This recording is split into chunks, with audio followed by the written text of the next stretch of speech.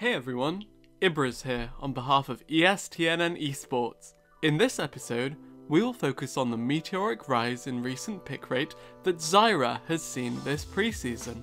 As well as this, we will touch on just some of the reasoning behind why she has the highest win rate in the game before the 25-minute mark. Feel the thorns embrace. Games continued to end earlier and earlier throughout Season 8, and Season 9 looks to be no different.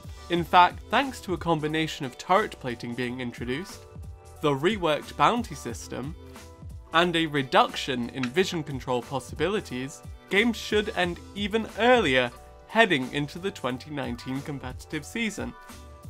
So, firstly, we have to consider turret plating being implemented, meaning any support that can push the wave bot lane is going to have a field day when it comes to securing early game gold for their team.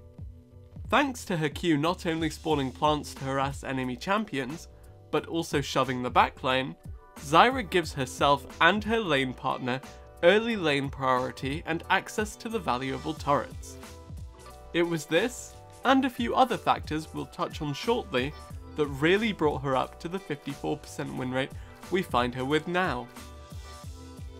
The fact that she can push so heavily not only grants her access to turret plating gold whilst taking sizable chunks out of the enemy bot lane, but also means that her jungler has far more agency in regards to securing the bottom side scuttle crab, or even going for an invade due to the bottom lane's priority.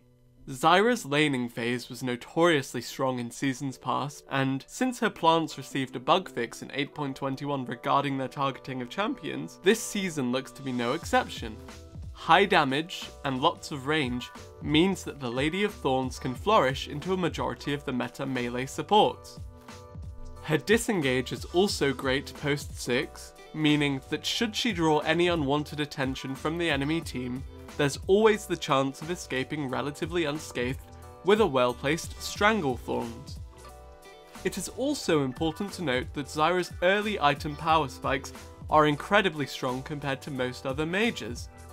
Thanks to a combination of high DPS with her plants, poor AP scalings compensated with high base damages, and insane synergy with Liandry's Torment, ZYRA's early game outclasses most mid laners, to say nothing of the rest of the support pool. For runes, Dark Harvest was certainly an option, but given that you want the game to end as early as possible, Electrocute seems to be the way to go for most players nowadays. The fact that ZYRA doesn't have to commit to a fight in order to proc it reliably synergizes well with her tendency to sit back and harass from range with plants.